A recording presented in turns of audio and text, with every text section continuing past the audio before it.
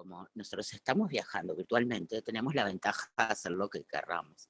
Entonces, en realidad, en vez de partir de Múnich, vamos a partir de Frankfurt y vamos a hacer este camino. Vamos a pasar por Stuttgart y vamos a llegar a Múnich. Porque algunos de estos castillos me interesan especialmente. El castillo de Els, el de Cochem, el de Heidelberg, el de Liechtenstein, y nos vamos, el de Hohenzollern, hoy voy a tener unos problemas de pronunciación, Hohenzollern, y después vamos a terminar en Múnich primero, y después vamos a ir a los castillos de Neuschwanstein y el que es el papá de este castillo que está al lado. Y un poco me pareció interesante estos castillos, digo, además de que son realmente relevantes, porque presentan como características bien diferentes que después vamos a encontrar en otros castillos, ¿no? Por ejemplo, este es un castillo medieval real, o sea, es un castillo que tiene defensas reales, que fue concebido como realmente ese sitio de resguardo en el caso de una invasión, ¿no? Tiene un funcionamiento como real y ha sido en realidad propiedad de la misma familia durante 33 generaciones. O sea, desde el siglo XIII, esa familia, que en realidad son dos ramas, viven ahí y hay una parte que está abierta al público, que son la de dos ramas, y tienen el valor de que en realidad este castillo es uno de los pocos que no ha sido destruido nunca. Porque vamos a encontrar que en la historia de estos castillos hay, desde la Edad Media hasta hoy, hay un sinnúmero de destrucciones. Y entonces nos encontramos con casos como muy diferentes, ¿no? En cuanto a la autenticidad, la originalidad de lo que vemos. Obviamente, las pinturas están restauradas. Y las pinturas son justamente un tipo de pintura que se da en Centro Europa, que es como una especie de pintura al fresco, que se da a partir del siglo XVII, del barroco, pero que es una técnica especialmente desarrollada en toda esta zona de Alemania, ¿no? De lo que era el estado de bávaro. Este otro de Cochem también es un castillo de la Edad Media, pero este castillo, durante el reinado de Luis XIV, que atacó a Alemania, fue destruido y, por las tropas francesas y siguió siendo gobernado por los franceses hasta las guerras napoleónicas. Entonces, en realidad, es un castillo que quedó muy deteriorado, que quedó muy destruido, pero en el siglo XIX un industrial alemán, prusiano, compró este castillo y comienza la reconstrucción a partir de 1868. Y lo hace de acuerdo, ¿no? A los planos que había, ¿no? del estilo de este castillo, construyéndolo dentro del estilo gótico. Y esto me parece como sumamente interesante, como vemos que, ¿no? Como al revés de lo que sucede en otros castillos, que, por ejemplo, que vimos recién, ¿no? Que 33 generaciones de la misma familia han sido sus dueños. Aquí quien compra en el siglo XIX es como un elemento nuevo que aparece, un elemento social nuevo que aparece, que es justamente un industrial, ¿no? O sea, la burguesía industrial comienza a poder acceder y a comprar estos castillos que demandaban muchísimo dinero, para ser reconstruidos y justamente ¿no? Va a ser esa amorosa reconstrucción de un pasado que no era suyo, ¿no? De un pasado que era de otros. Y esto habla también como de lo que está pasando en Alemania durante esta fase que vamos a encontrar, que justamente como de la mitad del siglo XIX en adelante, que es un momento de muchísima reconstrucción justamente de castillos. Y reconstrucción con un sentido, ¿no? Hay otros castillos como este, por ejemplo, que habían sido destruidos, derruidos durante guerras, otras cosas, pero este es muy especial porque además lo destruye un rayo. Y además, bueno, tuvo incendios y otras cosas, ¿no? Pero en el siglo XVII, justamente un rayo lo destruye y después va a tener como varias desgracias más, ¿no? Entonces, es un castillo muy importante, como de tamaño, también de origen medieval, pero que en realidad forma como parcial. Este castillo es uno de los castillos que vio Turner en aquellos viajes que hacía justamente, ¿no?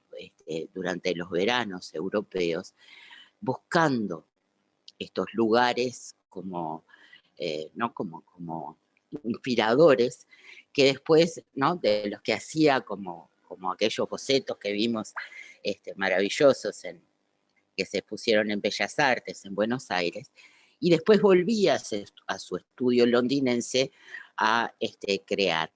Pero fíjense acá cómo ya Turner deja como envuelto, ¿no? Como en una especie de neblina, un efecto, digamos, que no era nada usual en la época, eh, y que preanuncia, obviamente, después al impresionismo, como vemos aparecer, ¿no? En la niebla estas fortificaciones con distintos tonos, desde el dorado hasta esa torrecita que tenemos en el medio que se ve en silueta.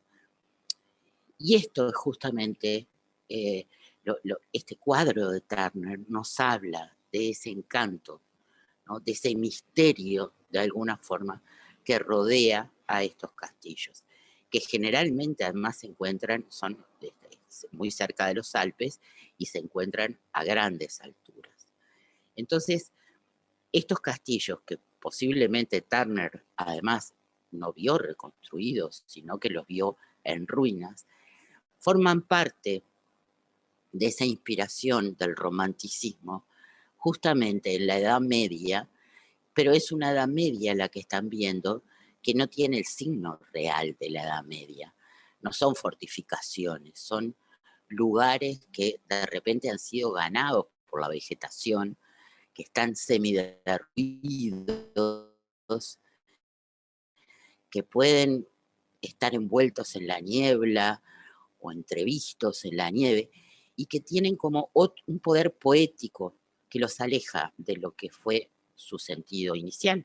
Eran feudos, eran unidades, digamos, donde no, productivas, unidades de una forma de comunidad que ya en el siglo XIX ya no tenía sentido, ¿no? Porque, bueno, todo el sistema, digamos, feudal había caído, eh, quedaban esos pueblos con muy poca gente, porque la cultura se había vuelto básicamente una cultura urbana.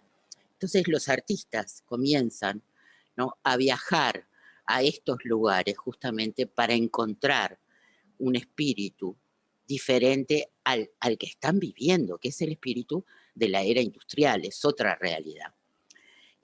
Liechtenstein también es un castillo reconstruido sobre los restos de un castillo medieval, y también es reconstruido entre 1839 y el 42, o sea, estamos como en la misma época. En esta época no solamente en Alemania se les da por el tema de los castillos, sino que también, por ejemplo, en Inglaterra, justamente se da un momento, por un lado, de cierta paz interna que, ¿no?, en Europa, por otro lado, de una prosperidad que tiene que ver con las colonias y que tiene que ver con la industria, o sea, una cantidad de dinero que empieza a fluir, y por una cultura también más rural, ¿no? De gente que justamente quería escapar de esas ciudades industriales que eran bastante inhabitables, ¿no? Entonces vamos a ver cómo se da en Inglaterra, se da en el Reino Unido, debería decir, porque en Irlanda es muy importante este movimiento también de reconstrucción, cómo se da en Francia, con Violet Leduc, por ejemplo, y cómo se da en Alemania. Es como un movimiento, digamos, historicista que trata de recuperar esas raíces de una Edad Media que no vivieron, obviamente, y que es una reconstrucción, por la documentación que existe, ¿no?, en la época, es una reconstrucción idealizada, es una reconstrucción que tampoco es al pie de la letra, sino que es una reconstrucción de un mundo que ya no existe, de un mundo que se siente mucho más valioso, ¿verdad? Un mundo donde se puede soñar todavía y donde muchos de estos nobles también sentían que tenían sus raíces y que debían honrarlas. Y algunas veces vivían en estos castillos, pero otras, como este castillo en especial, no vivían. Esta familia, en realidad, gobierna desde la Edad Media, Prusia y Brandenburgo, hasta el final de la Primera Guerra, y también encuentra este castillo en ruinas y se dedica durante el siglo XIX a reconstruirlo, pero nunca vivieron aquí. Era reconstruir, digamos, ¿no?, lo que había sido ese pasado glorioso medieval, pero también como una muestra del poder actual, ¿no?, del poder de esta familia dentro de lo que va a ser después la unificación alemana. Fíjense lo que es por dentro, ¿verdad? Si bien se hizo también en la mitad del siglo XIX, tiene un estilo absolutamente historicista rococó. No es el rococó exactamente el rococó francés, sino que es una versión, ¿no?, como vamos a ver también en Rusia, una versión que está mucho más atravesada por el barroco alemán. Entonces, toma una cantidad de formas, de inspiraciones, de colores, de técnicas de los franceses, pero es un rococó hipertrofiado. A mí me pasó, les voy a confesar, que preparando esta clase, en un momento sentí como si me hubiera comido, no sé, 14 cucharadas seguidas de dulce de leche, ¿no? O sea, ay, por favor, algo que me saque de aquí, porque si bien es fascinante este mundo, también es un mundo, quizás para nuestro gusto contemporáneo, es un mundo donde uno se siente como un poco agobiado por esa forma, ¿no? Que tiene un virtuosismo técnico impresionante, que tiene belleza, sin duda, pero que está un poco alejado de lo que es nuestra sensibilidad más contemporánea.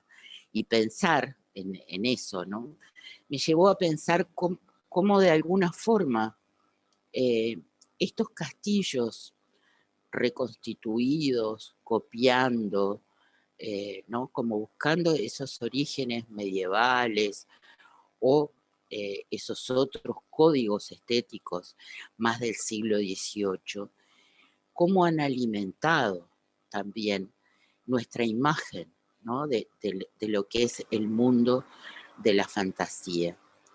Y justamente, miren, Walt Disney, que ahora hablábamos con Carmen, en el 35 va a hacer un viaje por Europa con su mujer, con su hermano, con su cuñada, un viaje de exploración del que se trae 350 libros.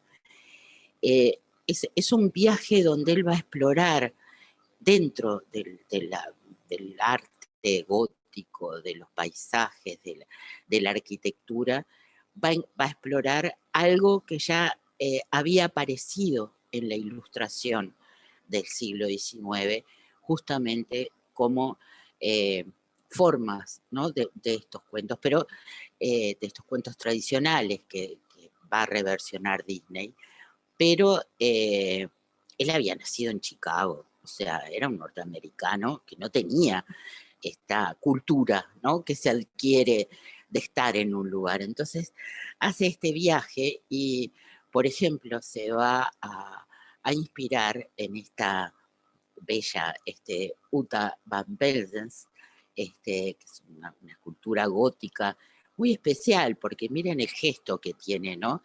Esta aristócrata, cómo tiene subida el cuello de la capa, cómo mira, digo, aparentemente ella era una mujer de bastante carácter, estaba casada infelizmente con un hombre al que no amaba, están mirando uno para un lado y otro para el otro en la escultura, y la tomó como base del diseño justamente de la madrastra de Blancanieves, que era lo que él estaba preparando en ese momento. Y bueno, la mezcló obviamente con algunos rasgos de actrices que estaban mucho más de moda en ese momento, ¿no? Como Joan Crawford y sus cejas, Catherine Hepburn, ¿no?, y su mandíbula, y a su vez también va a haber ¿no?, como todo este mundo, digamos, como inspiración para el castillo de la Bella Durmiente y para su propio logotipo.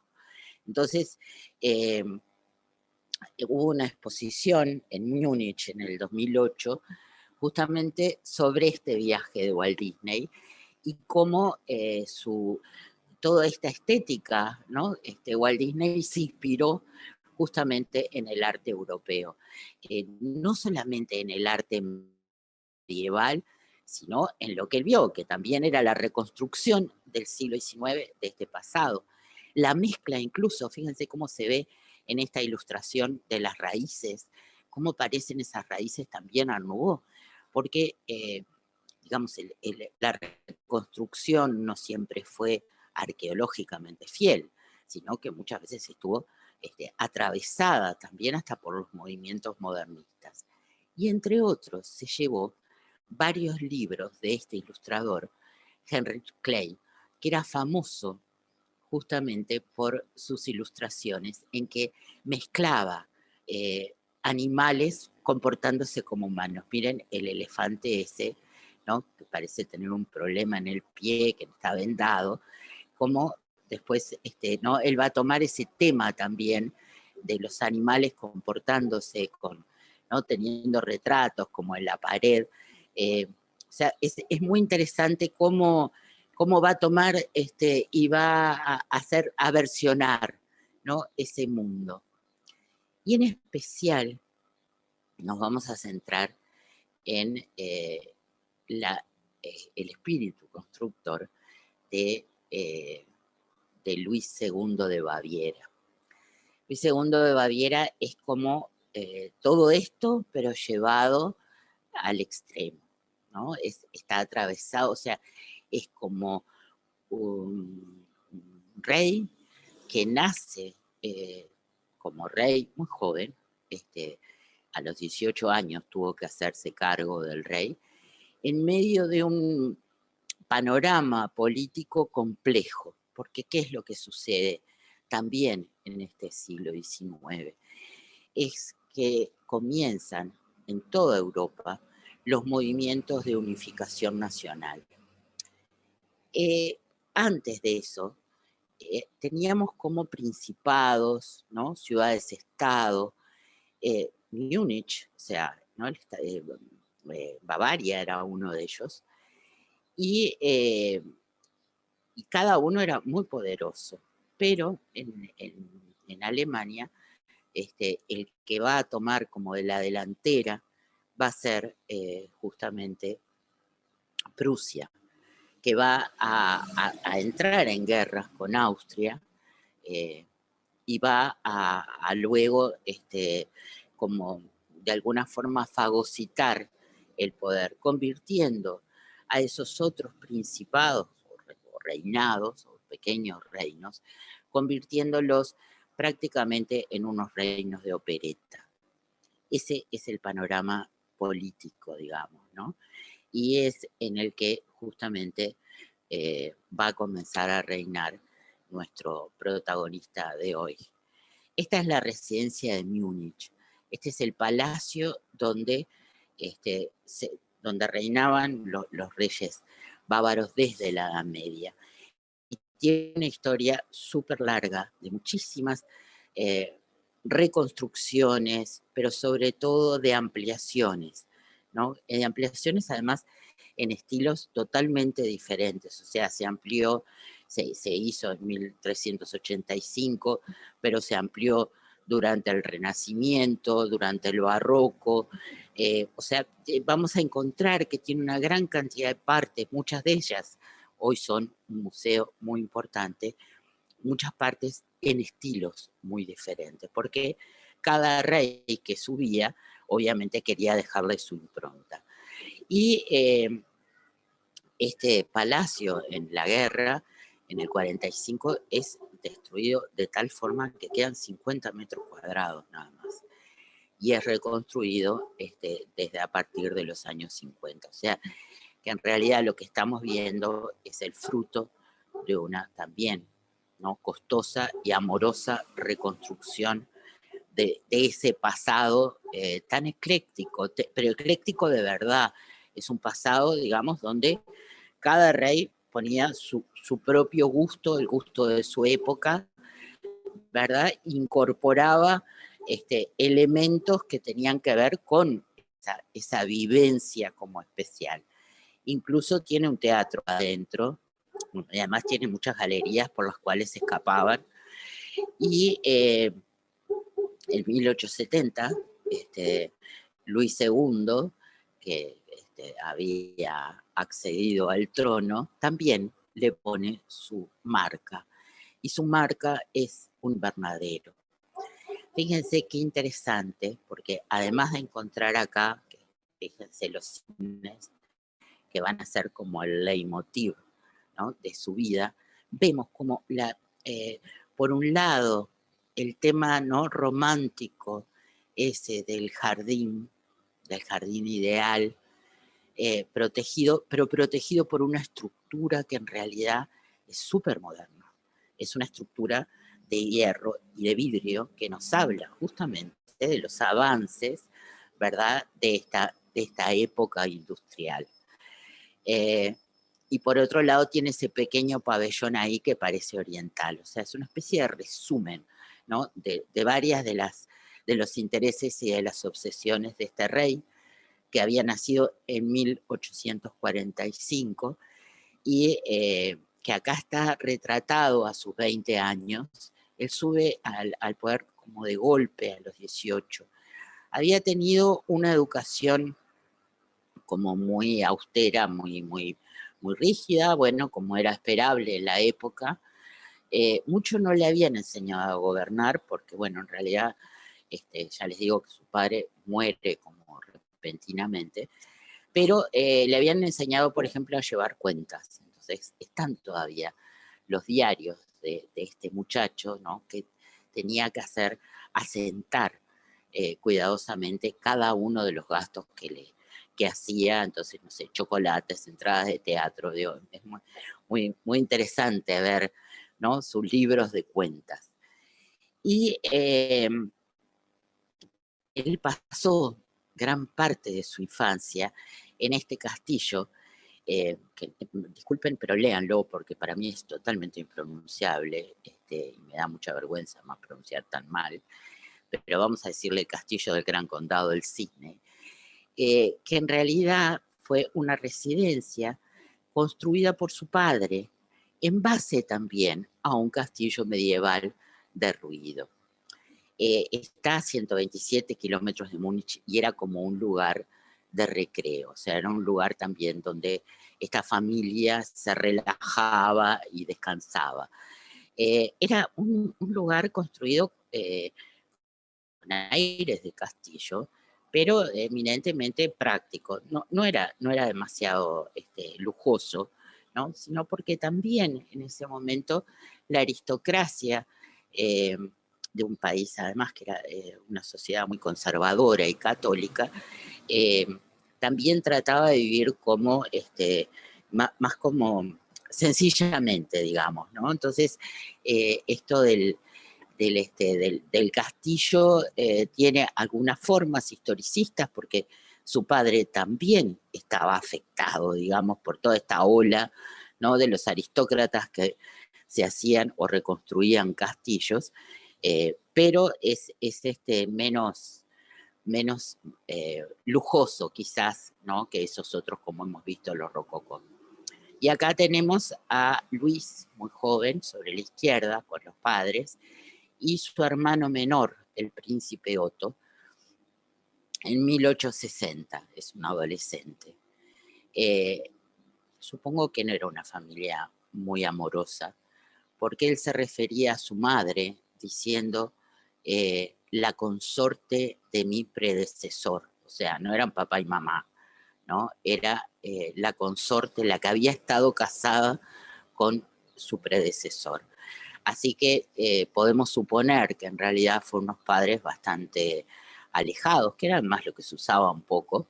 Él tenía una diferencia de edad no demasiada con su hermano Otto, pero su hermano Otto desde bastante chico tuvo problemas ya de psicológicos y de conducta, así que, digo, las dos hermanos fueron como muy unidos, pero con unos padres bastante alejados.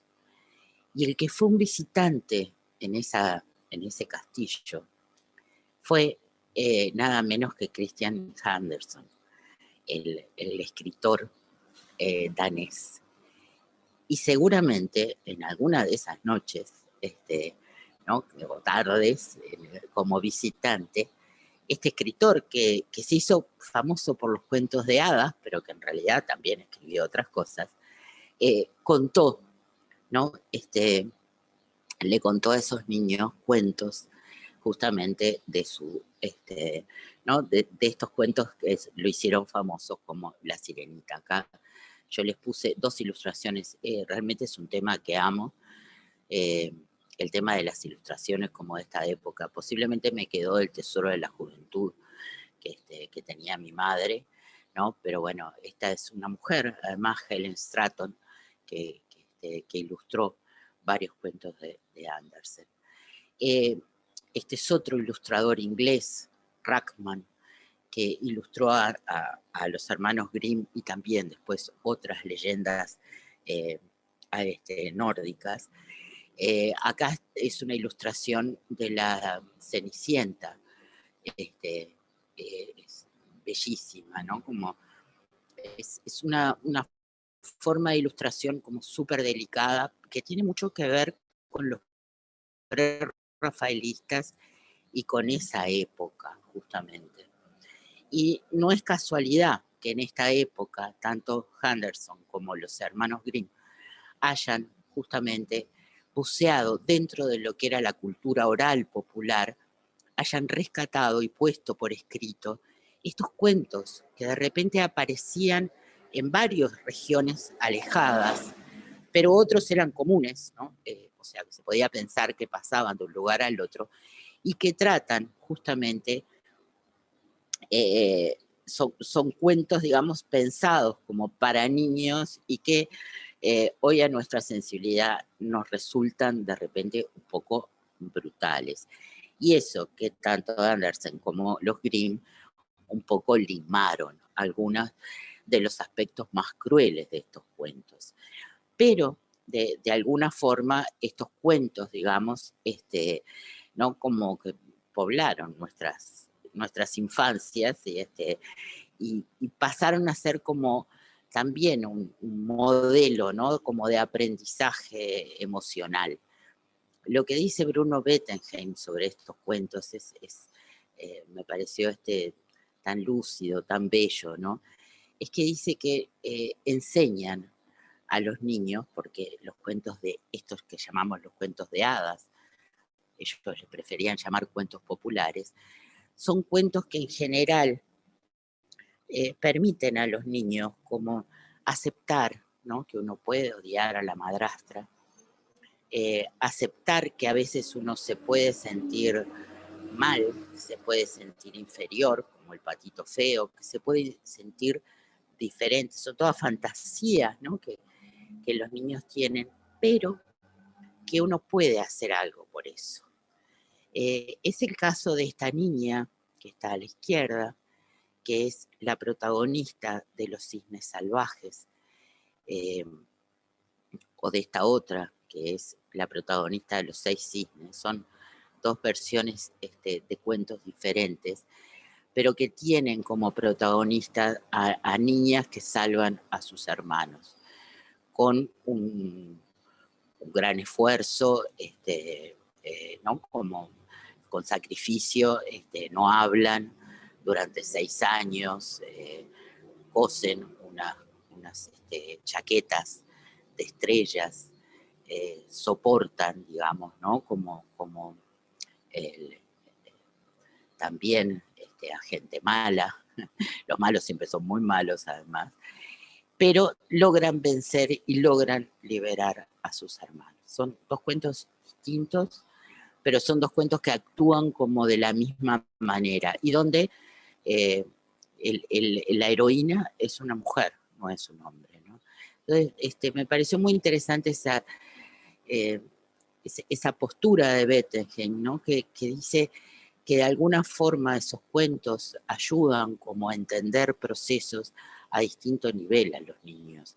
Entonces dice, por ejemplo, que La Bella Durmiente lo que explica en el fondo es esa especie de abulia que tienen los adolescentes o preadolescentes, ¿no? Que después, bueno, por suerte cuando crecen y andan por los 17, 18 años, se ponen activos, pero ¿no? Uno los ve como tirados ahí, durmiendo, sin hacer nada, y en realidad es parte de un proceso como normal.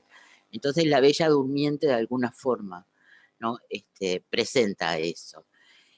Los Grimm fueron, son importantísimos para toda la cultura alemana porque no solamente escribieron e investigaron los cuentos populares, sino que investigaron la lengua alemana. Y escribieron su diccionario alemán, que en realidad fue terminado después de la muerte de los dos, la gramática alemana, o sea, fundan de alguna forma una ciencia que no existía, que es la filología, y dedicada específicamente a eh, ese despertar, ¿no? de una especie de conciencia nacional, que es lo que nos une la lengua, nos unen mitos, nos unen relatos, y todo eso fue lo que, ¿no? Lo que fueron tomando y con muchísimo sacrificio, porque tuvieron unas vidas bastante austeras y duras, se dedicaron, ¿no? Además de que daban clases, trabajaban como bibliotecarios o lo que fuera, se dedicaron como con mucha pasión a dejar todo ese corpus, digamos, ¿no? De estudio de la lengua. Pero los cuentos clásicos estos, ¿no? Los cuentos populares también fueron recogidos, por ejemplo, por Wagner. Wagner, que había nacido en 1813, es un personaje rarísimo, un personaje complejo. No solamente escribió música, sino que también escribía sus propios libretos, ¿no? Que no era lo usual en la época, y también tuvo muchísima actuación política, se peleaba, tuvo problemas financieros, era realmente una figura bastante controvertida, eh, pero también se le considera de alguna forma el padre como de la música moderna. Y también Luis II va a hacer posible que hoy exista todavía y que se hagan exclusivamente representaciones de óperas de Wagner, en este que fue el gran proyecto de Wagner, que era tener un teatro para poder representar sus obras, un teatro que tuviera determinadas características, incluso técnicas, ¿no? De cómo está puesto el foso, la relación, que en las óperas la sala queda totalmente oscura cuando se representan. En esa época no era lo usual para nada. O sea, es muy interesante cómo se unen, ¿no?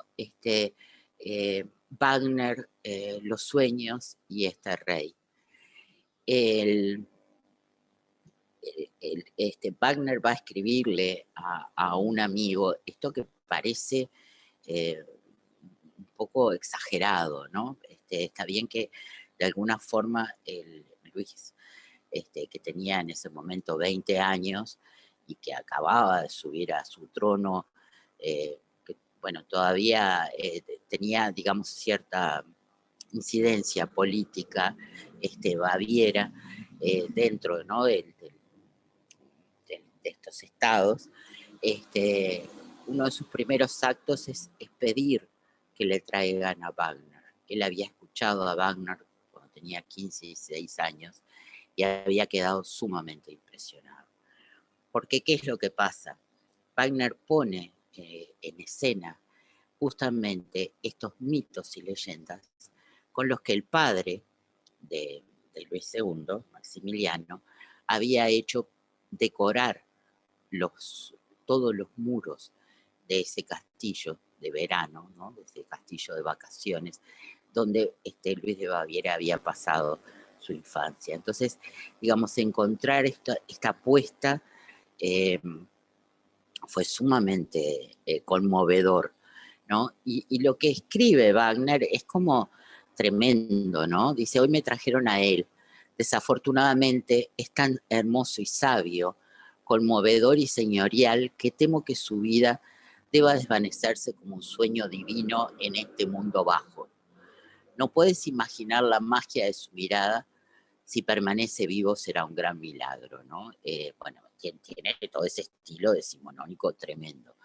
Pero de alguna forma está diciendo que ¿no? Este rey no parece hecho para este mundo, o sea que posiblemente está anticipando el sufrimiento, ¿no? De alguien que está destinado a reinar en otro plano.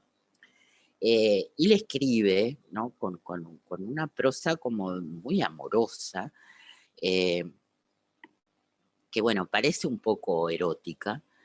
Mi amado, querido y prodigioso amigo, solo el ideal puede unirnos de por vida. Solo en la suprema comprensión podemos darnos un puro y humano vínculo, hacer plena nuestra unión, verificar la única y esclarecida dignidad.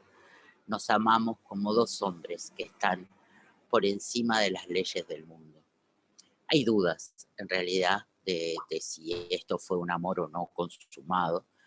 Posiblemente no, pero lo que sucede con Wagner es que en realidad empieza a tener una influencia tan grande sobre el rey que sus cortesanos empiezan a quejarse, digamos, ¿no?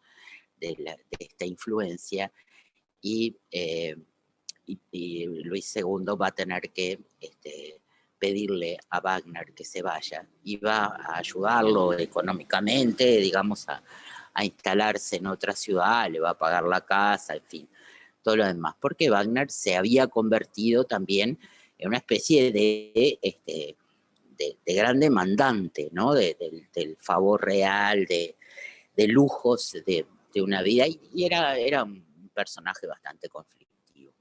Entonces, este mundo, digamos, ¿no? de Wagner, acá hay otras ilustraciones de Arthur Rackman, justamente es el mundo en el que se había criado Luis II, ¿no? O sea, todo esto del romanticismo que veníamos hablando, la recuperación de lo popular, tiene también, no solamente son los cuentos estos, ¿no? De hadas, sino otros mitos, que son mitos que venían desde la Edad Media, como este mito, el de Lohengrin, ¿no? Esta historia de Lohengrin, que es un romance, ¿no? medieval alemán.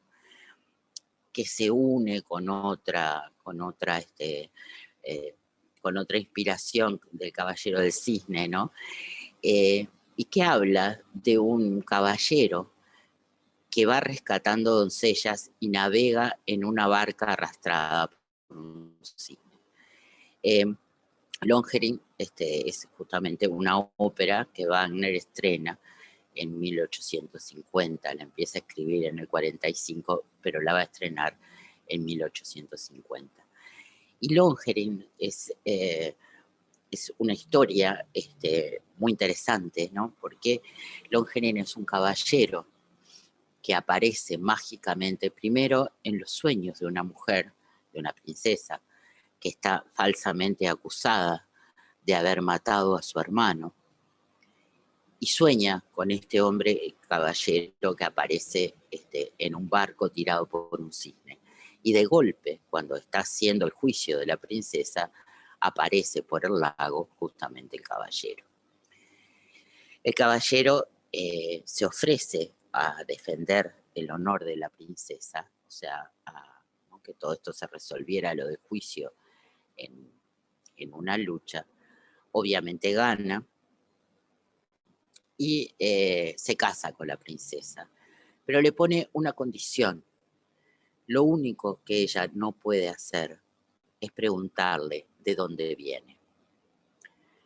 Entonces, en algunas historias, en la misma noche de bodas, mal aconsejada por gente malvada que estaba ahí, Elsa, la princesa, le pregunta a Lohengrin de dónde viene. Si rompe ese acuerdo, ¿no? De no preguntar por su origen.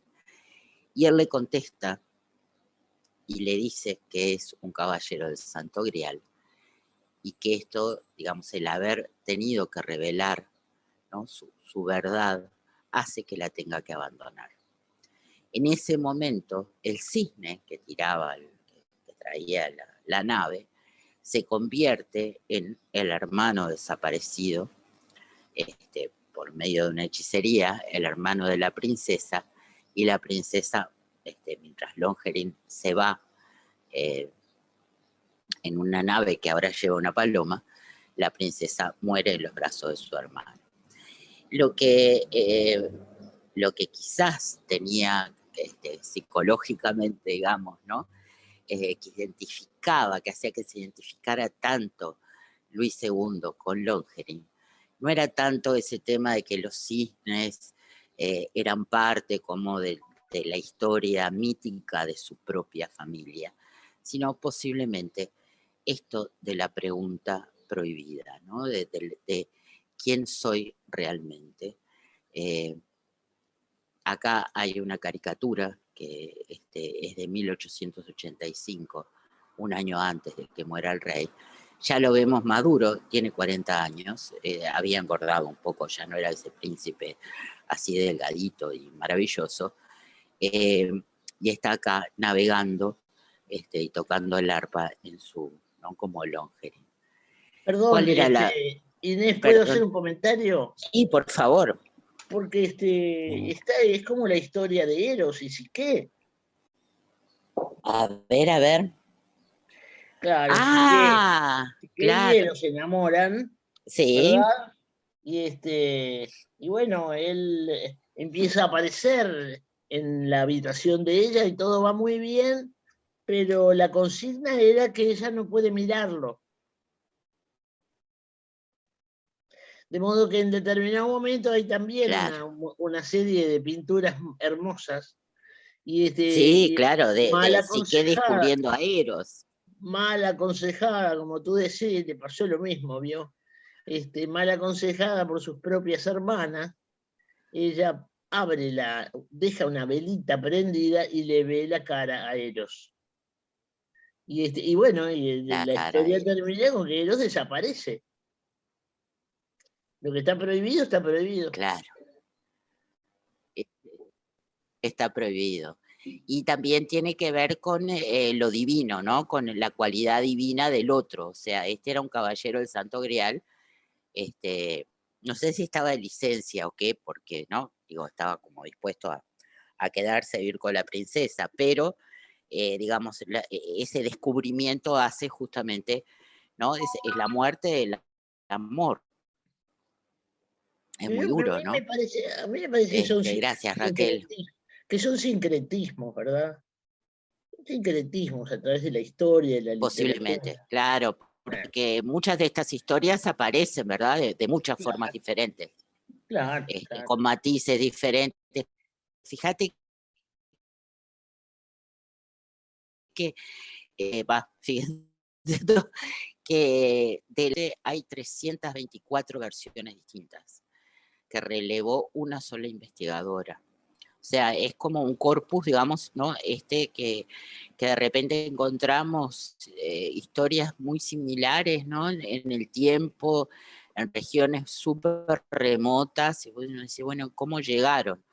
Pero quizás también están, ¿no? Son como algunas son básicas de nuestro, ¿no? Formas de elaborar conocimiento, porque son eso, ¿no? Conocimiento de una manera poética y bueno, que se va transmitiendo y que tiene ¿no? Un poco lo que decía Bettelheim, ¿no? Nos explica y nos ayuda a aceptar cosas que son difíciles, ¿no? Pero sí, sin duda que es así. En su vida amorosa, el pobre Ludwig trató de casarse con una prima, Sophie, que era hermana de la emperatriz Sisi, y tuvieron un compromiso. Él fue cambiando las fechas de boda, ¿no? Cancelándola, hasta que finalmente la libera, y le escribe en una carta: la sustancia principal de nuestra relación siempre ha sido el extraordinario y conmovedor destino de Richard Wagner. Miren lo que tenían en común, ¿no? O sea, él no, era todo lo que tenían en común. Igual a los dos les gustaba la música de Wagner, pero bueno, qué base para una pareja, ¿no? Este, él la deja, ella después se casa y muere. Hay no me acuerdo si es una miniserie en Netflix o una película que se llama Bazar Caridad, que justamente cuenta el horrible fin de esta mujer, en un bazar de caridad en París que se incendia y ella ayuda a otra gente a salir y muere allí. Así que bueno, un destino trágico, pero es como que toda esta familia está muy afectada por esa cosa, ¿no? Como de lo trágico.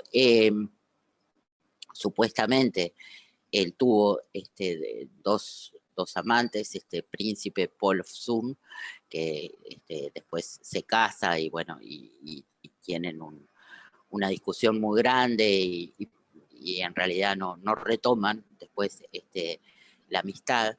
Y este actor húngaro, Kainz, que fue también como muy importante. Y bueno, y quizás Wagner, no lo sabemos. O sea, en esto hay como una especie de misterio. Pero la figura, ¿no? Lo que un poco me preguntaba era, ¿por qué nos fascina tanto, no? ¿Por qué nos fascina tanto esta estética? ¿Por qué nos fascina tanto estas historias, ¿no? De príncipes, de príncipes modernos, ¿no? De príncipes de ayer, poco menos. Y encontré un poco también mirando material, porque él se convierte muy poco después de su muerte. Primero que fue un rey muy amado por sus súbditos y una figura, digamos, como quizás ridiculizada un poco, pero apreciada, ¿no? O sea, esa historia de que él en realidad había dejado el gobierno, primero que no era tan así, ahora les voy a contar algunas cosas que tienen que ver con partes más sociales, digamos, de su encare, ¿no? Pero la realidad es que era un príncipe que había quedado sin poder por una circunstancia histórica que era justamente Prusia se hace con el gobierno de Alemania, o sea, una monarquía constitucional, entonces por más que él se viera a sí mismo de otra manera y actuara de una manera un poco excéntrica respecto a sus circunstancias reales, es un príncipe que para nada es un príncipe medieval, ni es un príncipe autocrático, ¿no? Y entonces encontré que quizás, ¿no? En esta estética lo que sucede es que nosotros tenemos, en general, y me incluyo, una especie como de fascinación por lo que se ha definido como kitsch o camp. La definición de kitsch, de adorno, me parece como la más que se acerca a lo que es esto, porque no es, kitsch también es como basura o algo hecho apresuradamente, pero me parece que no es el caso de nuestra fascinación por estos castillos y estas historias. Pero quizás sí, esto de lo no original, ¿no? O la imitación de algo, por ejemplo, de los temas o las estéticas medievales, lo pretencioso, ¿no? Lo pretencioso de cierta trascendencia o de cierta espiritualidad que va más allá de las cosas de este mundo, el deseo de aparentar ser, que es, bueno, esto es muy burgués, ¿no? Y en este sentido, dice Adorno, todas las imitaciones y copias son manifestaciones de lo kitsch.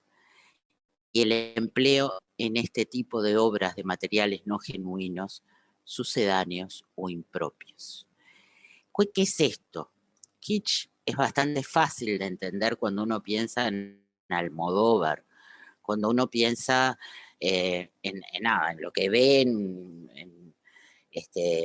traído de la China, ¿no? De estas cosas que imitan oro, pero que en realidad son plástico, ¿no? De las flores de plástico, por ejemplo. Sí, claramente son, ¿no? Nos dan esa especie de repelús de que el uso de un material no genuino es terrible, porque está pretendiendo ser de repente algo natural y obviamente está a siglos luz, ¿no? Y se convierte en un objeto que puede tener un encanto, pero es un encanto eh, que nos avergüenza de alguna forma. Esto de los materiales no genuinos no tiene por qué ser plástico imitando al oro. Pueden ser otras cosas, ¿sí? Yo tengo un recuerdo por ejemplo, del muelle, un muellecito en Punta Fría, que quizás lo conozcan, que son troncos, ¿no? Son troncos pero que están hechos de cemento, pero imitan troncos. Eso es el kitsch, muy clásico, ¿no? De finales del siglo XIX, principios del XX. Pero a veces puede ser lujoso, ¿no? Luis II tenía alfombras hechas de plumas de avestruz, por ejemplo, ¿no? Es decir, no tiene por qué ser siempre un material pobre o un material que imite a otro. Si bien él también hizo esas cosas, también recubrió el ladrillo, por ejemplo, ¿no? Con unas finísimas capas de mármol y de piedra caliza, estaba intentando que su castillo, por ejemplo, pareciera de piedra, pero en realidad era de ladrillo.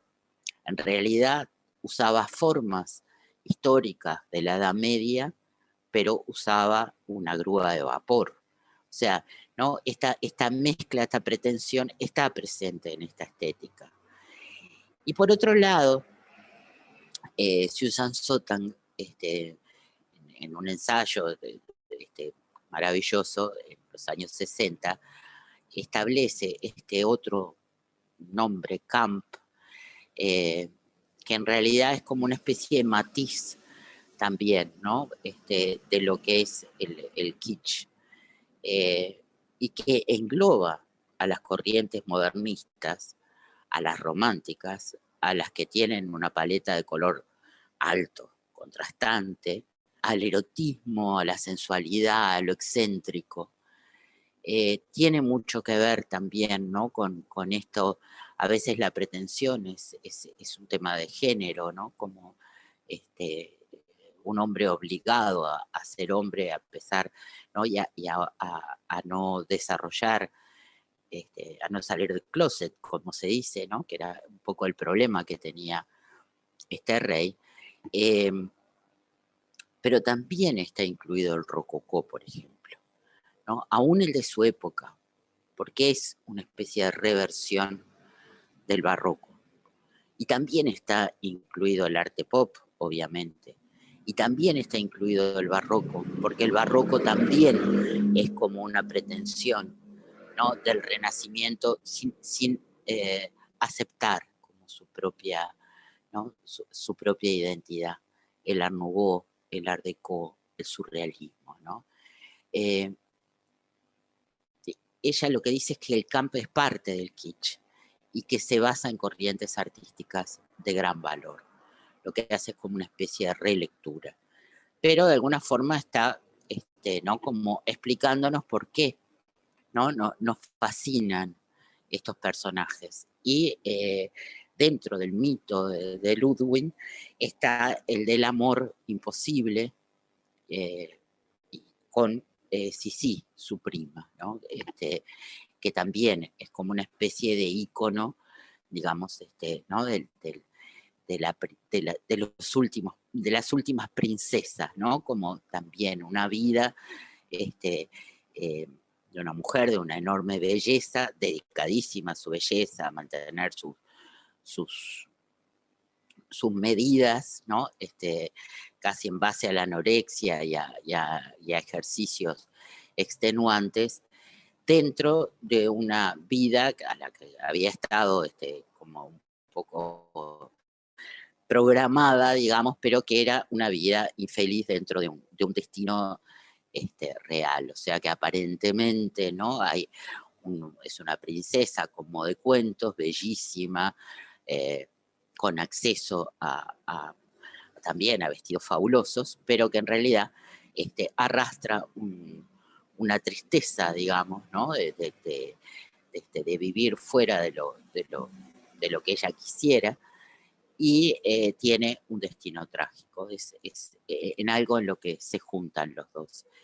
Y en la cultura, digamos, popular, poco después de la muerte de Ludwig, van a aparecer estas postales, ¿no? Que hablan como de este rey con cariño, ¿no? Tienen una cosa realmente kitsch, o sea, bien kitsch, pero muy cursi, ¿no? Pero por otro lado, muy amorosa, ¿no? Hacia ese rey, que fue un rey que de alguna forma quedó sin poder real, y que se retiró, una vez que queda claro, digamos, ¿no? Que es un rey constitucional con sus, nada, con, con pocos recursos para realmente hacer cambios importantes de gobierno, pero Prusia sí le paga bastante dinero, y además él tenía dinero propio. Entonces se va a dedicar a construir,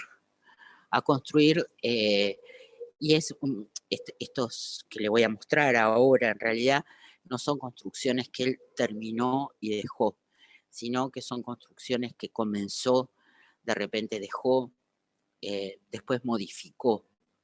Este primer castillo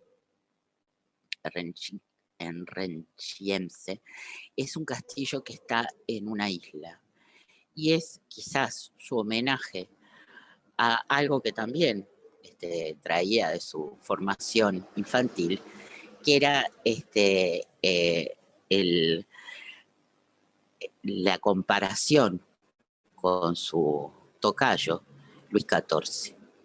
Él, digamos, se manifestaba, ¿no? Como estéticamente, como se había manifestado Luis XIV. Lo que pasa es que él no era un rey absoluto, era un rey constitucional, pero hace en este castillo, justamente, incluso en los jardines, hace todo un homenaje a la estética de Versalles. Las cascadas, ¿no? Los pabellones de música, esta forma de los jardines, ¿no? Como barrocos, así perfectos, geométricos. Miren lo que es el dormitorio. El dormitorio es una copia también, una copia, una inspiración, pero digamos, pero la balustrada, todo ¿no? Nos hace recordar mucho al dormitorio de Versalles. Por supuesto que las formas son formas que son mucho más barrocas de lo que, digo, creo que a Luis XIV esto le hubiera parecido excesivo. Pero como les decía, esto está pasado por el gusto también, ¿no? Alemán, que tiene su propia identidad. Entonces, digamos, cuando toma como modelo el barroco francés, justamente no lo va a modificar, ¿no? Va a tomar algunas cosas geométricas, como podemos ver acá a la derecha, ¿no? Y los va a copiar exactamente, y otras se va a tomar una cantidad de libertades. Pero acá tenemos justamente una copia, ¿no? Del retrato de Ville-Lebrun de Luis XIV joven, y realmente él investigó muchísimo, porque el problema además era que Versalles fue destruido, y a mediados del siglo XIX Versalles no estaba reconstruido. Entonces, digamos, lo que había era mucha documentación sobre cómo había sido Versalles, que después Versalles, los muebles, todo eso se reconstruyen, pero en ese momento tampoco es que él hubiera podido acceder exactamente a poder ver, ¿no? Esos muebles, esos objetos tal como habían sido. Así que hay obviamente libertades. Y dentro de esa estética, ¿no? Así como barroca llevada al extremo, él implanta algunas cosas que tienen que ver con ser un hombre de su tiempo. Por ejemplo, él odiaba comer con alguien, y además le molestaba que hubiera sirvientes alrededor mientras comía. Entonces se inventa esta mesa que en realidad baja y vuelve desde la cocina, que está abajo, vuelve servida. Entonces no hay necesidad de tener gente alrededor, de tener sirvientes alrededor, sino que la mesa, digamos, ¿no? Es la que baja y vuelve con el siguiente plato. Y muchas veces Luis II comía solo. Según él, comía con invitados como María Antonieta, o bueno, ¿no? Prefería invitados imaginarios al diálogo real con alguien. Esta introversión, esta timidez, obviamente lo llevaba a también, se hizo hacer 270 y pico de representaciones privadas para él solo, o como máximo 2 personas, porque odiaba ir a ver una obra de teatro o una ópera y que la gente estuviera mirándolo, ¿no? Que estuviera pendiente de cómo era, entonces, de qué cara ponía en tal movimiento o lo que fuera. Entonces, digamos, hay muchas de las decisiones, ¿no? Que toma que tienen que ver justamente con esa forma de, de timidez también, ¿no? Y de querer vivir solo. Él se involucró muy, muy profundamente en todo lo que fue esta producción de muebles, del diseño, o sea, todo tenía que ser aceptado por él. Cada plano, cada cambio, fue un comitente, como dicen los arquitectos, fue un comitente muy exigente y muy complejo, porque además cambiaba de opinión. Por eso era muy difícil, digamos, seguirle el paso, porque, digamos, de los planos aprobados, después venía con cambios y además era muy impaciente, quería verlos rápidamente hechos. Y cada uno de estos castillos tiene de alguna forma como un tema, ¿no? Como que refleja sus intereses o sus obsesiones. Entonces vamos a ver que hay diferencias, digamos, ¿no? En las estéticas, en lo que fue incorporando, Eh, Sin duda, pensando en toda esta construcción, él dio trabajo a muchísima gente. Además, hizo muchísimo hincapié en que fueran artesanos y trabajadores bávaros, en que fueran materiales del lugar. Entonces, en realidad, también fue como, ¿no? como un estímulo en un momento en que realmente era muy necesario el empleo en esa zona, ¿no? Pero bueno, no podemos justificar todo. Y la gran obra, digamos, que va a reflejar realmente, ¿no? Ya no hablando de del rey Sol, él se consideraba el rey Luna, ¿no? En oposición, el rey Sol era diurno, él era nocturno. eh, Va a pensar en este lugar que también iba cuando niño, que queda muy cerca, se ve el castillo donde él se había criado, que eran unas ruinas de otro castillo. Y entonces aquí, en la roca, se plantea construir un nuevo castillo, que va a ser el castillo de el nuevo castillo de la Roca del Cisne. Lo que sucede es que la base, digamos, que había, ¿no? La base real de esas ruinas era tan complejo de trabajar a partir de esas ruinas que se decide tirarlas abajo y construir todo de nuevo. O sea, en realidad no es una reconstrucción, sino que se deja algo muy mínimo, porque por otro lado, él le encarga el proyecto no a un arquitecto, se lo encarga a un escenógrafo.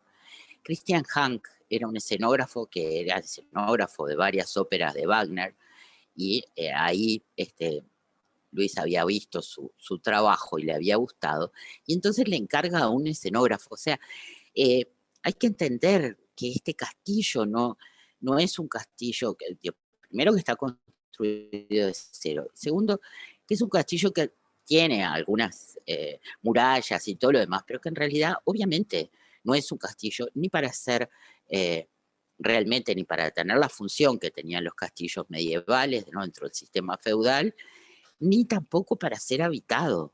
Es un castillo pensado como una especie de escenografía. Entonces, es un castillo, digamos, donde no se sabía ni qué función iban a tener una gran cantidad de habitaciones.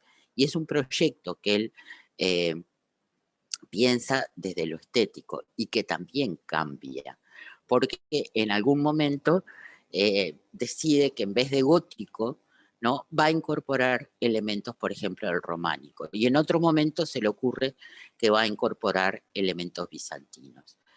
Pero lo que sí tiene claro es que este castillo es su interpretación, ¿no? Y su homenaje a ese espíritu poético, romántico de los antiguos mitos, ¿no? Básicamente todo esto que veníamos hablando, ¿no? De Lohengrin, del mundo ese de Wagner. O sea, es como una especie de gigantesca instalación, digamos, ¿no? Que homenajea a ese espíritu medieval de la música medieval, básicamente, pero que tiene partes que están pensadas justamente como para representar obras de Wagner. O sea, es también un monumento al admirado músico, ¿no? Como decir, bueno, aquí está el escenario perfecto. Es como poner en tres dimensiones lo que el otro había propuesto, pero ya no como una escenografía, sino como una realidad. Por otro lado, esta construcción a tantos metros de altura, con estas torres, era un desafío técnico impresionante. Digo, realmente hubo que dinamitar parte de la meseta, es crear una especie de meseta. eh, Estaba, digo, a 200 metros de altura desde la base, da a unas especies de despeñaderos, ¿no? Que son muy, muy fuertes. Y aquí es donde se ve al hombre de su tiempo también, porque es de las primeras veces en que se usa una grúa de vapor. Una grúa de vapor abajo y una grúa arriba. O sea, él va a introducir sin ningún problema, al contrario, va a introducir una cantidad de tecnología de la época industrial, que fue tan importante, además desde el punto de vista arquitectónico, para los procesos arquitectónicos, los va a introducir sin ningún problema. La cocina, por ejemplo, si bien estaba basada en las ideas de Leonardo da Vinci, tenía agua corriente, tenía, ¿no? Tenía toda una forma de automatizar los asadores para la carne, tenía cañerías que llevaban, ¿no?, el humo y calentaban la vajilla. O sea, eran lujos que no existían en general en esa época. Y en vez de tener estufas de leña románticas, ¿no?, tenía un sistema de calefacción central. Tenía todo un sistema de timbres, ¿no?, como para llamar a sus sirvientes, y tenía increíblemente, lamentablemente no pude encontrar, tenía un teléfono. Tenía teléfono en el tercer y en el cuarto piso. Uno estaba conectado directamente con el Palacio de Múnich, que además era un teléfono bastante móvil porque tenía una autonomía de 6 metros. O sea, usó ¿no?, una cantidad de tecnología y desarrolló tecnología. Y a la vez, por ejemplo, se preocupó del tema de la seguridad de la gente que trabajaba, de los obreros, ¿no?, que trabajaban en la construcción. En esa construcción murieron solamente 30 personas. O sea, que eso, para la cantidad de años y para lo que eran los promedios de muertes en construcciones tan peligrosas como esta, es una cifra ínfima. Y además instauró un sistema de seguros de vida, de la cual el obrero hacía un pequeño aporte y él hacía el aporte mayor. Entonces es como, digo, más complejo, ¿no?, de simplemente un rey loco. Y otro mito que hay sobre él tiene que ver como de dónde sacó el dinero para todo esto. Y en realidad él usó su dinero personal. O sea, claro, hay que pensar que lo que en ese momento, ¿no?, era el dinero personal de un rey, en realidad era porque no hacían un montón de cosas, no se ocupaban de la salud pública, ¿no? O sea, era ahora sería impensable, pero de cualquier manera él no tocó, digamos, lo que era el presupuesto del reino, sino que trabajó con su fortuna personal. Y cuando empezó a faltar su fortuna personal, se endeudó. Y se endeudó personalmente y se endeudó mal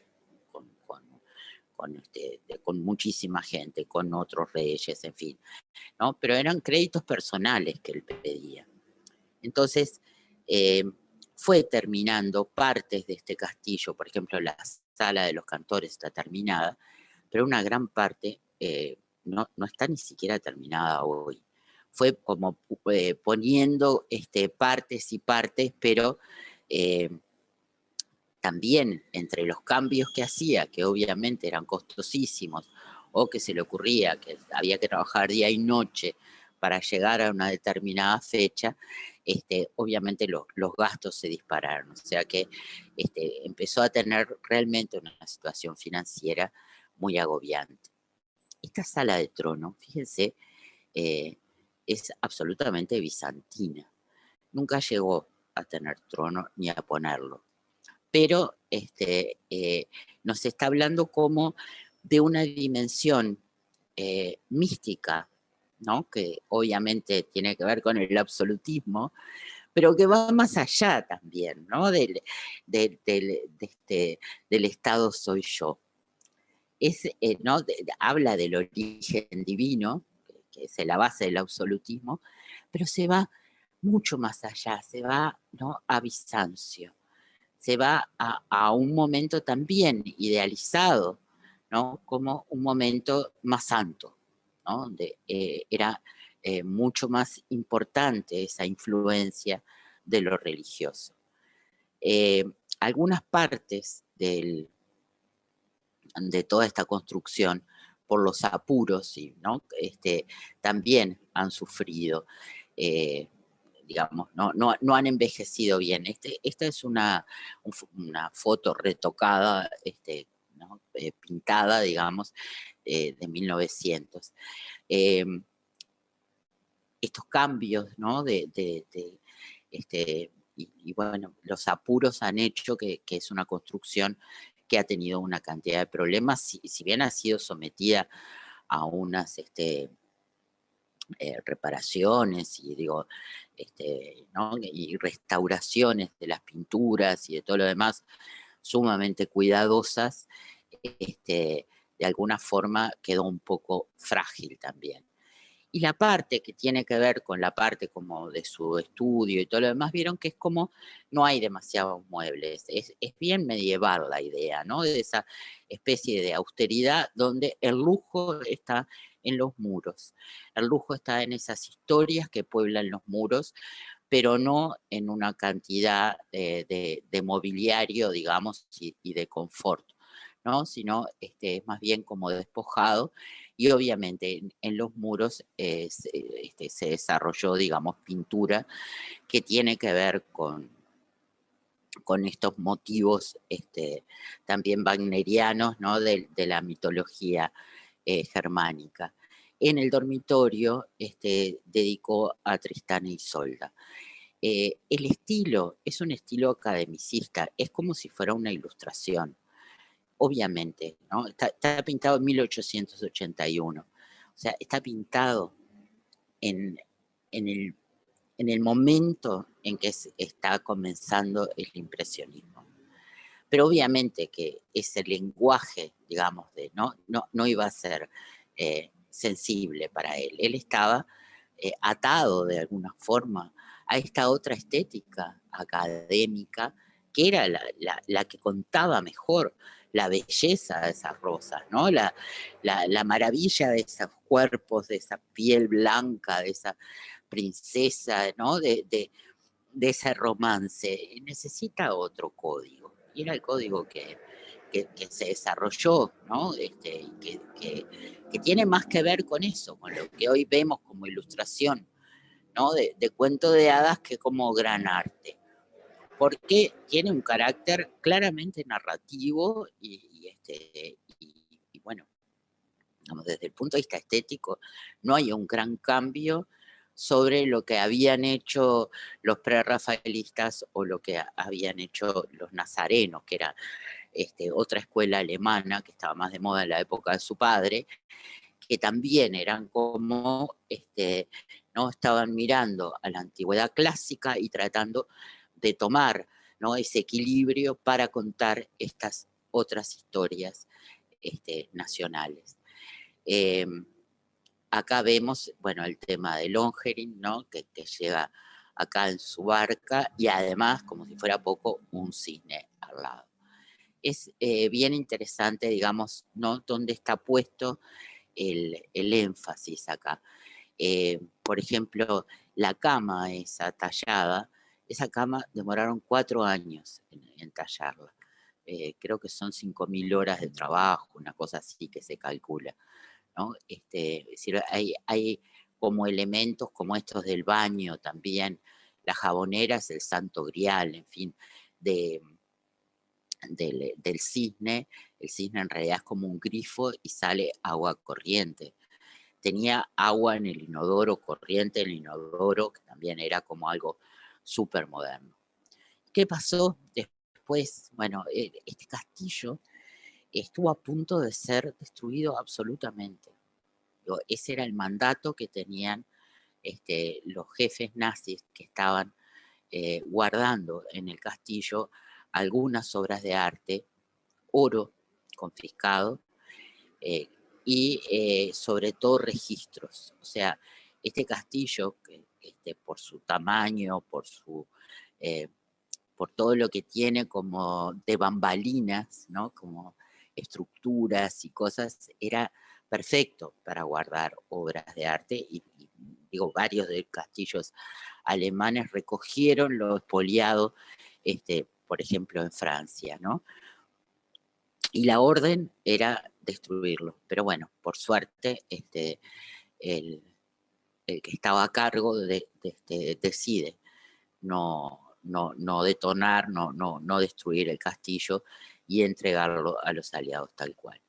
Y permite eso, esta recuperación de los Monument Man, ¿no? Que era esta fuerza aliada, pero básicamente norteamericana, de expertos que justamente, bueno, acá vemos recuperando un grabado de Urero, llevando obras, ¿no? Que fueron como fundamentales para salvar algunas obras de la destrucción, obras arquitectónicas, eh, y también como para después rescatar parte, ¿no? La imaginación, ¿no? de Luis obviamente no iba a quedar solamente en la Edad Media, ¿no? Sino que fue más allá, porque también es algo de la época, esa fascinación por lo exótico. Así que en la Exposición Universal de 1867 se encaprichó con este kiosco morisco y que en realidad era una presentación de Prusia, y lo compró y después lo ambientó y lo redecoró más tarde y lo colocó en uno de sus jardines. También en otra exposición universal de París, que es la de 1878, donde también, ¿no? Los primeros impresionistas, como Manet, tratan de vender, ¿no? su nuevo arte, compra esta casa marroquí, ¿no? Estamos en esa etapa así de la fascinación por todo lo oriental, y bueno, por Japón y todo lo demás, ¿no? Y se hace construir lo que se llama un pabellón de casa por su formato, pero en realidad él nunca cazaba. Eh, También, ¿no? Tenía que ver con una forma medieval de los francos, en un monte, y lo convierte en el lugar donde va a pasar sus cumpleaños. Entonces cada 25 de agosto lo pasaba ahí, y tenía este lugar, o sea, fíjense lo que es la parte de afuera y lo que es la parte de adentro, ¿no? Que él lo pasaba con unos 20 sirvientes, a los que después obligaba a tomar té y fumar narguilé y estar como por ahí, como si fueran extras, ¿no? De una puesta en escena, y tenía dentro este salón turco, y ¿no? Como esta cosa así súper ya casi excesiva, ¿no? Pero también esa mezcla entre la inspiración oriental y el barroco, ¿no? Absoluto, también. Acá hice algunos detalles. Este es el Salón del Trono en Linderdorf, que es otro palacio. Un detalle me pareció interesante, en una fuente, ¿no? De cómo de alguna forma ese barroco de Luis XIV, ¿no? Que había sido tan geométrico, tan italiano, tan por la medida, acá adquiere como otra cosa mucho más orgánica, que tiene que ver obviamente también, digo, un poco estaba atravesado también por la época del modernismo, y bueno, por todos esos intereses, ¿no? De lo exótico, de lo misterioso. O sea, es una mezcla, ¿no? Entre intereses que tienen que ver con el modernismo, con intereses que tienen que ver también con su propia cultura, esta cultura, ¿no? Que estaba rescatando el romanticismo. Y esa mezcla entre los efectos especiales y, por otro lado, reconstruir y poner en escena, por ejemplo, esta gruta de Venus, que es está inspirada en una ópera de Tannhäuser, la ópera Tannhäuser de Wagner, y que tenía iluminación artificial, el agua estaba calentada por calefacción, tenía efectos especiales que producían olas y además podía hasta hacer un arco iris. O sea, era un escenario donde él navegaba como Lohengrin, ¿no?, en esta barca de Venus. La gruta de Venus es interesante como tema porque justamente es un lugar de pecado, ¿no? Es un lugar de una enorme sensualidad dentro de la obra. Encontré estas fotografías porque muchos de estos lugares que les he mostrado no están accesibles, o sea, hay, porque son muy frágiles, ¿no? Entonces, o no se pueden sacar fotografías, entonces, bueno, encontré estas que tienen distintas iluminaciones, pero sobre todo en la de la izquierda, abajo, me gustó porque ahí entendí como, ¿no?, más allá de lo escenográfico, que las que tienen menos luz funcionan muy bien, ¿no? Acá todo este tema de las guirnaldas y todo eso realmente es bien kitsch, ¿no? Una pena, pero Wagner nunca llegó al castillo, que había sido concebido en su honor porque muere antes. Pero él sigue, ¿no?, como construyendo en distintas propiedades. Esta es el Linderhof, por ejemplo, en honor, ¿no?, a estas obras de Wagner. Esta es la cabaña de Hunding, que tiene adentro este árbol donde está clavada la espalda. En realidad, esta es una reconstrucción absoluta porque se destruyó totalmente en 1945 y se terminó de reconstruir en 1990. Y quedan una cantidad de proyectos que nunca llega a ser, pero este palacio bizantino es del año en que él toma el trono, 1869, y lo retoma en 1885. O sea, no, de repente un proyecto que había quedado como dormido, él lo retoma. Y el último proyecto es este palacio chino, que estaba inspirado en un palacio de verano destruido por los ingleses. Y bueno, esto no pasa como del papel. Tampoco pasó del papel este otro, que es uno de los castillos que está a más altura en Alemania, 1277 metros, el de Falkenstein, que hizo hacer eh, también, ¿no?, a Christian Hanks, aquel diseñador de escenografía, le hizo hacer un proyecto. El proyecto es absolutamente absurdo. Si ustedes lo miran, es imposible que donde es una meseta muy pequeña, donde está construido el castillo, que haya lugar para todo eso que está ahí. O sea, eso solamente puede ocurrir en un dibujo fantasioso, ¿no? Porque justamente su arquitecto, George von Dollmann, le había hecho, teniendo en cuenta el terreno real y lo que estaba construido, le había hecho este proyecto. Y entonces se enoja tanto por lo pequeño del proyecto que lo despide. Y pide otro proyecto donde otro arquitecto, Schulze, muy poco tiempo después, le proyecta este otro que es como más complejo, ¿no? Porque, digo, se va como exacerbando también, ¿no?, eh,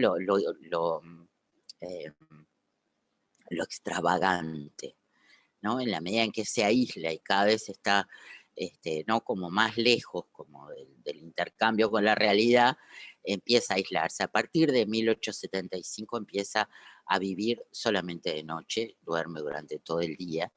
Se hacen famosos sus paseos ¿no?, bajo la luna, en un trineo que acá está, que es del siglo XVIII, con sus 4 caballos blancos y sus sirvientes de librea, como si estuvieran también en el siglo XVIII, ¿no? Es decir, empieza como a no limitarse en el tema ¿no?, de lo que hace también, ¿no? Especie de libertad. Pero en realidad lo que dicen es que no dejó en ningún momento de hacerse cargo, digamos, de lo que eran sus ya mínimas obligaciones como de gobierno, ¿no? La cuestión es que comienza a haber todo un manejo contra él, sus excentricidades, ¿no? Diciendo que está loco.